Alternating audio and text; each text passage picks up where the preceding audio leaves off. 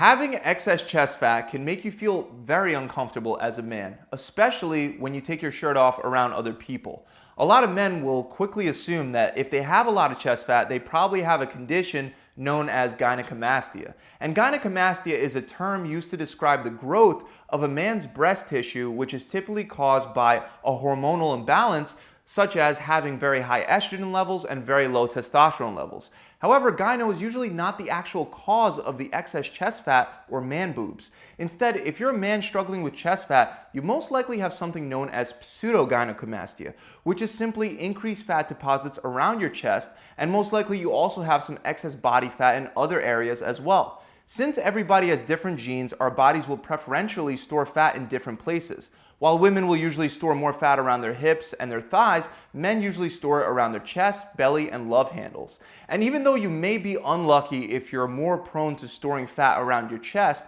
you're very lucky that this is a totally fixable issue. And the very first step to fixing this issue is to decrease your overall body fat percentage. Unfortunately, no matter what anyone else tells you, there isn't one single exercise that can target your chest fat. There are exercises that can help build muscle and improve the shape and definition of your chest, which I'll get into in a second, but there's no way to spot reduce the fat that's sitting on top of that chest muscle. However, even if your body prefers to store fat around your chest, by burning enough overall body fat, you will burn off the chest fat as well. So most people will tell you to just create a calorie deficit by simply subtracting 500 calories per day. However, even if you're eating less calories, but those calories are coming from sources that are processed or high in fat and sugar, then you're more likely to create insulin resistance, which will physically prevent fat loss. And instead of burning that extra 500 calories per day, your body will just slow down its metabolism to make up for those missing calories. So instead of just tracking calories, you'll want to also know your macros. And this is very important. You'll want to fill those macros with fresh whole foods that you'll find around the outside perimeter of your grocery store. These are foods that don't come in a box, and they're usually made out of just one ingredient, like salmon or rice or eggs. To easily find out your macros, you can click the link for the calculator below. But keep in mind, as you lose weight and as your body adapts to the amount of calories that you're taking in, your metabolism will slow down and you will have to readjust to keep losing weight. But a great way to prevent your metabolism from slowing down, at least as much, is to cycle your calories. One of the best ways to do that is by dropping your calories lower by, let's say, 30% from maintenance for 2 weeks, and then you would bring your calories back up to maintenance levels for 2 weeks. Research shows that this 2 weeks on, 2 weeks off dieting approach leads to more fat loss, it's more sustainable, and it's less likely to result in metabolic slowdown. There are other ways that you can cycle your calories as well, such as carb cycling, where you would have high carb days and low carb days. And you can also do something like an alternate day fast, where you would eat at maintenance one day and then eat under 500 calories the next day. All of these will help delay metabolic slowdown as you burn that chest fat. Now, underneath that fat, I'm sure you're hoping to find some nice pecs, but to make that happen, you have to follow step 2, which is to perform weight training. If you're breaking down your muscles with weights, your body is going to divert the calories and protein, carbs, and fats that you're eating towards rebuilding your muscles, which will make it much easier for you to lose body fat, and it'll also help you build muscle size, shape, and strength, specifically around your chest. This will make your chest look tighter and more defined. Again, we can't target the fat sitting on top of the muscle, but we can target the muscle itself. And I'm going to give you 5 of the best exercises that you can start doing today to build pecs, even if you haven't burnt the fat off just yet. The first one is the bench press. You can do this flat, at an incline, or a decline. The flat bench press is great to help build chest strength as well as overall chest size and shape. Meanwhile, incline will focus more specifically on the upper chest and decline on the lower chest. You'll want to try to incorporate all 3 into your routine over time. To perform the bench press, you would retract your shoulder blades by squeezing them tight together. Then you would lie under the bar with your feet planted on the ground and grab the bar with a medium grip width, which will be about 6 to 12 inches wider than your shoulder width. Next, you'll want to maintain the natural curve in your spine and keep your core tight as you lower the bar to the middle of your chest. Then push your feet into the ground as you drive the weight back up off your chest and repeat for reps. Another great exercise is the dumbbell press, which is very similar to the bench press, but since your hands are no longer connected on one bar, you can isolate each side better and you can hit your chest in a very different way. Again, this is one that you can do flat, incline, or decline, but the form remains very similar. So feet planted on the ground, shoulder blades back, neutral curve in the spine, and then press the dumbbells up while keeping about a 45 to 75 degree angle between your elbows and your body. By the way, you'll want to keep that same 45 to 75 degree angle for your bench press as well. Another great exercise is the chest fly. This can be done on a flat, incline, or decline, and it can also be done on a number of machines as well as the cable cross. But for a basic dumbbell fly, you'll want to retract your shoulder blades and lay back on a bench with your hands over the line of your shoulders. Then you would bring your arms out to your sides in an arc-like motion with a slight bend in the elbows. It should look like you're about to hug a really wide tree. Make sure you bring the dumbbells down no lower than chest level and then raise them back up for reps.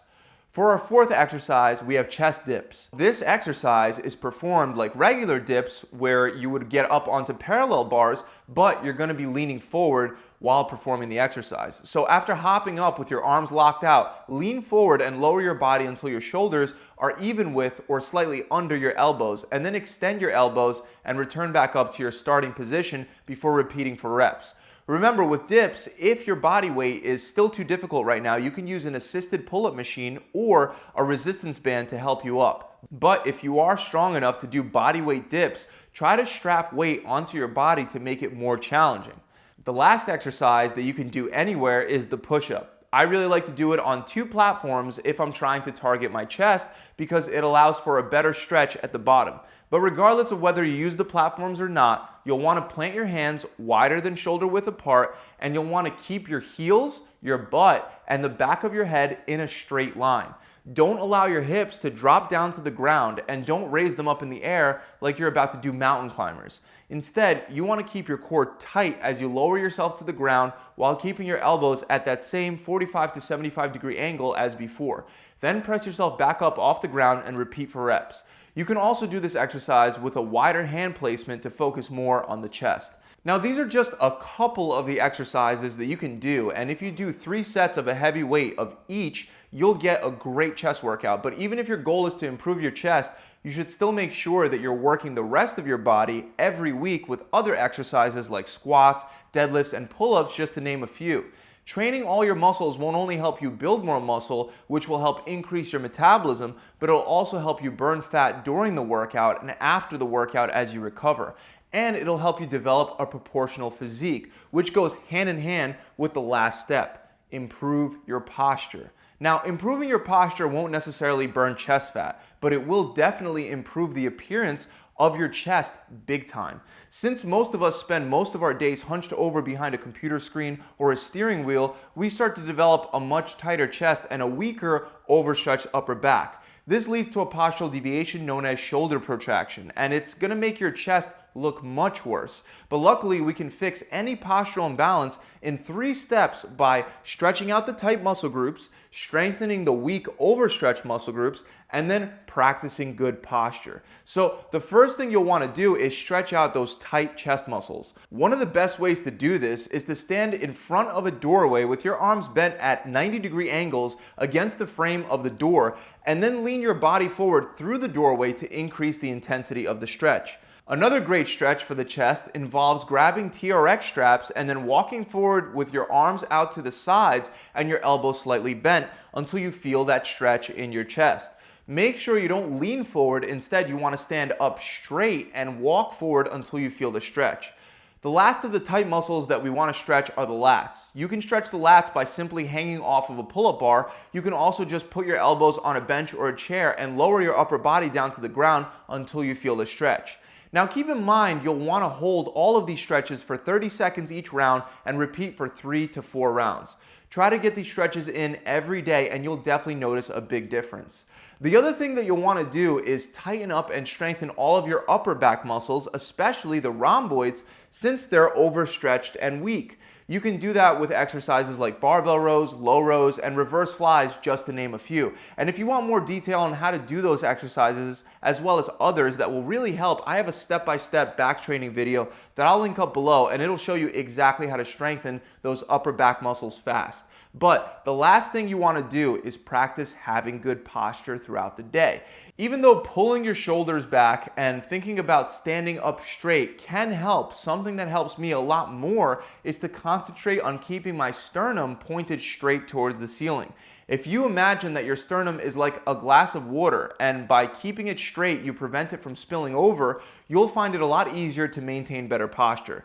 There are also posture correctors that you can get on Amazon, but most of them will be doing all the work that's required to hold your shoulders back for you rather than your muscles doing the work and getting stronger. But there is one that doesn't force your shoulders up, and instead it'll remind you every time that you slouch, allowing you to correct it with your own muscles, helping them get stronger, ultimately correcting your posture. It's called the Upright Go. Now, I'm not sponsored by them, but I'll add an Amazon link in the description for you to be able to check it out. That about wraps it up. I really hope you guys enjoyed this video. If you did, make sure you subscribe to the channel and hit that bell icon. Also, if you don't feel like going through the trial and error that's usually required to figure out exactly how to customize your own diet and workout plan, and you want to avoid the plateaus that come with your metabolism constantly slowing down, check out my 6-week challenge. It lets you skip all that guesswork since it comes with a 3-phase diet plan that's based on your body and that can be customized to your dieting preferences. We provide intermittent fasting plans, keto plans, 1 meal a day plans, and vegetarian plans, just to name a few. You'll also get a 42-day workout plan, a recipe book, and an accountability coach to help answer any questions you have 24/7. And the best part is, as long as you stick to the plan for the 6 weeks, not only will you lose a whole lot of chest fat as well as overall body fat, but you'll also get the whole program for free. To find out more, click the link below in the description or visit my website directly at gravitytransformation.com. See you guys soon.